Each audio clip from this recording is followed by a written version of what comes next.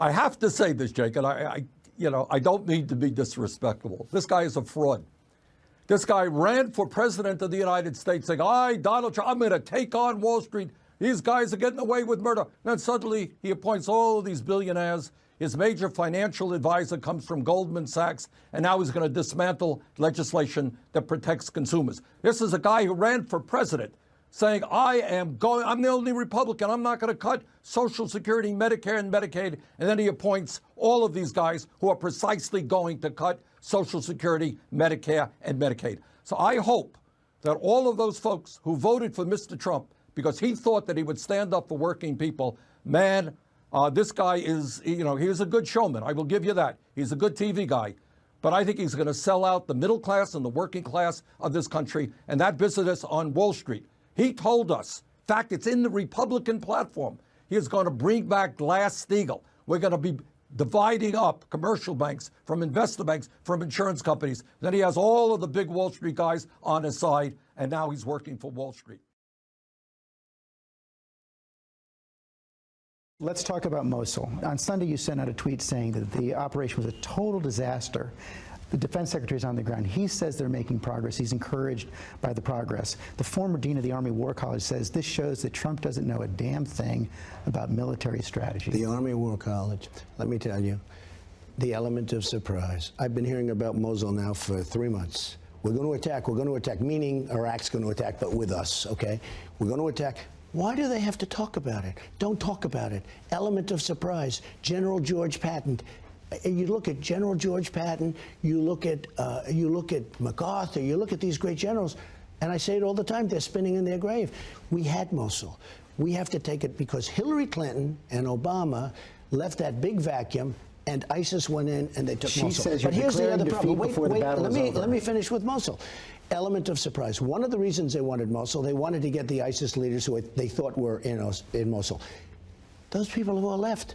As soon as they heard they're going to be attacked, they left. The resistance is... says 35 of them have been taken out. Excuse me. The resistance is much greater now because they knew about the attack. Why can't they win first and talk later? Why do they have to say 3 months before the attack, we're going in? So you can tell your military expert that I'll sit down and I'll teach him a couple of things. On Monday, George W. Bush will campaign in South Carolina for his brother. As you said tonight, and you've often said, the Iraq War and your opposition to it was a sign of your good judgment. In 2008, in an interview with Wolf Blitzer talking about President George W. Bush's conduct of the war, you said you were surprised that Democratic leader Nancy Pelosi didn't try to impeach him. You said, quote, which personally I think would have been a wonderful thing, close quote. When you were asked what you meant by that, you said, for the war. For the war. He lied. He got us into the war with lies. Do you still believe President Bush should have been impeached? First of all, I have to say, as a businessman, I get along with everybody. I have business all over the world. I know so many of the people in the audience. And by the way, I'm a self-funder. I have my wife and I have my son. That's all I have. I don't have this. So let me just tell you, I get along with everybody, which is my obligation to my company, to myself, etc. Obviously, the war in Iraq was a big, fat mistake, all right? Now, you can take it any way you want, and it took Jeb Bush, if you remember at the beginning of his announcement, when he announced for president, took him 5 days. He went back. It was a mistake. It wasn't a mistake. Took him 5 days before his people told him what to say, and he ultimately said it was a mistake. The war in Iraq, we spent $2 trillion, thousands of lives. We don't even have it. Iran is taking over Iraq with the second largest oil reserves in the world.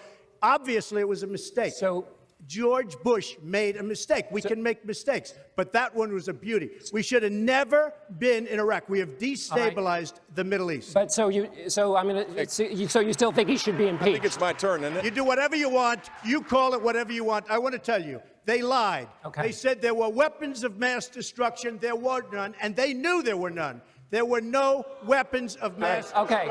All right. Why would they be saying? They're not staying there anymore. They're gone. Because everybody's talking about how Iraq, which is us with our leadership, goes in to fight Mosul.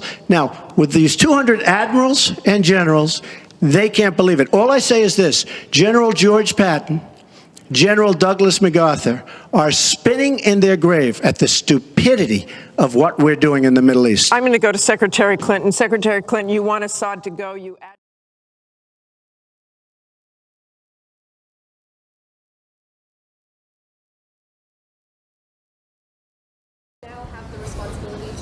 to the chemical attack? I now have responsibility, and I will have that responsibility and carry it very proudly. I will tell you that.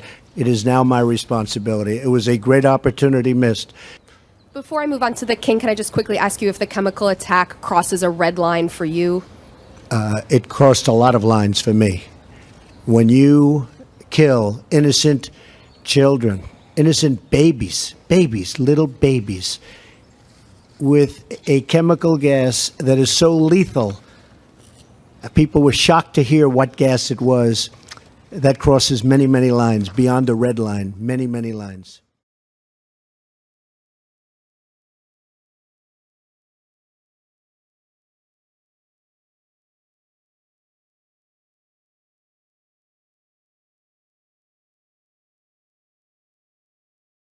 Maybe somebody didn't like that, so there had to be an episode. And the blame now is that we can't let that happen because it looks like it might benefit Assad. So Assad, they claim, now went and released gas to kill a bunch of people. But, Daniel, we might not have much of a job here today because I looked at the New York Times to find out, to get the explanation, and they said, worst chemical attack in years in Syria. U.S. blames Assad. So it's all over and done with. But not quite so easy, is it? What happened 4 years ago in 2013, this whole thing about crossing the red line. And ever since then, the neocons have been yelling and screaming. Even part of the administration is still yelling and screaming about Assad using poison gases on his people 4 years ago. Not quite true. Was to both deter and degrade. Deter Assad from using chemical weapons in the future and degrade their ability to do so. This was a major base of operations for their chemical weapons use. And I think we probably accomplished both. We degraded his ability, and we sent a very strong message that if you do this, we are going to hit you, and we are going to hit you hard, and we are going to hit you quickly. I think this was a very decisive action by the president.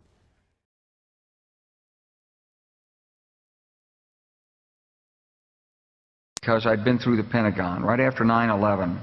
About 10 days after 9/11, I went through the Pentagon and I saw Secretary Rumsfeld and Deputy Secretary Wolfowitz. I went downstairs just to say hello to some of the people on the Joint Staff who used to work for me, and one of the generals called me in. He said, "Sir, you got to come in. You got to come in and talk to me a second." I said, "Well, you're too busy." He said, "No."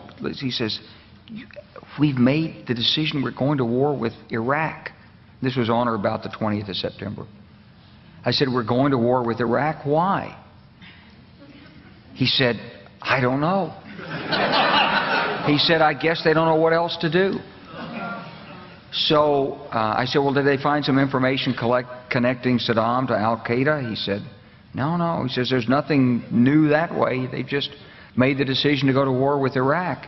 He said, "I guess it's like we don't know what to do about terrorists, but we've got a good military and we can take down governments." And he said, "I guess if the only tool you have is a hammer, every problem has to look like a nail." So I came back to see him a few weeks later, and by that time we were bombing in Afghanistan. I said, "Are we still going to war with Iraq?" And he said, "Oh, it's worse than that." He said, he reached over on his desk, he picked up a piece of paper, and he said, I just got this down from upstairs," meaning the Secretary of Defense's office today, and he said, "This is a memo that describes how we're going to take out 7 countries in 5 years, starting with Iraq and then Syria, Lebanon, Libya, Somalia, Sudan, and finishing off Iran."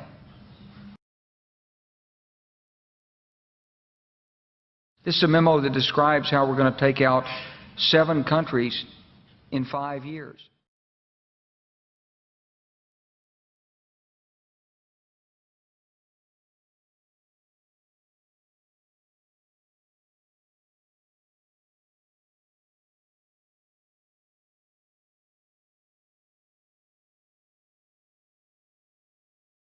And bloggers and whatnot who are writing the truth about this now, which is we are ISIS. You know, in fact, I would say that ISIS stands for Israeli Secret Intelligence Services. It's a perfect acronym for who is benefiting most from ISIS, because when you look at ISIS, its real intention is to basically rip apart the Middle East so that Israel, which is all part of the greater Israel project, so that Israel can expand. That is the goal, and it's been stated on many different levels. This is not some conspiracy fucking theory. It is a reality. It has been admitted on so many different levels that it's not even possible to seriously debate this. And everything we see playing out in the Middle East right now is part of a plan to allow Israel to expand. And all of these American sons and daughters who've been off fighting in the Middle East have been fighting for the so-called Jewish state, not for American interest. How did America benefit from anything we've done? And now you get 22 American service members a day committing suicide. How fucking stupid is it that we would send America's best, its sons and daughters, off to fight these bullshit wars for the Jewish state of Israel, when back home we don't even have social services, the infrastructure's falling apart, black people are getting executed every fucking day practically. I mean, this is insane. Why would we allow this to continue? And all of this is being done because our government is owned by the Jewish state of Israel, literally. And when you see how Netanyahu has come to the U.S. Congress 3 different times, and how our so-called government bends over, literally bends over and takes it up the ass for a foreign criminal, it is insane. Insane. And all the while, many Americans have been sitting there waving their stupid fucking flag and have nothing to do with their U.S. Constitution, haven't even read the damn thing. So anyway, more and more Americans do not believe in this insanity and are waking up to the reality, and I have confidence that they will do what needs to be done. And one of the best steps that could be taken is to reinstate the U.S. Constitution and arrest every single one of these fucking traitors in the U.S. Congress and in the White House. That would be a damn good step to show that there are, in fact, real patriots within the United States.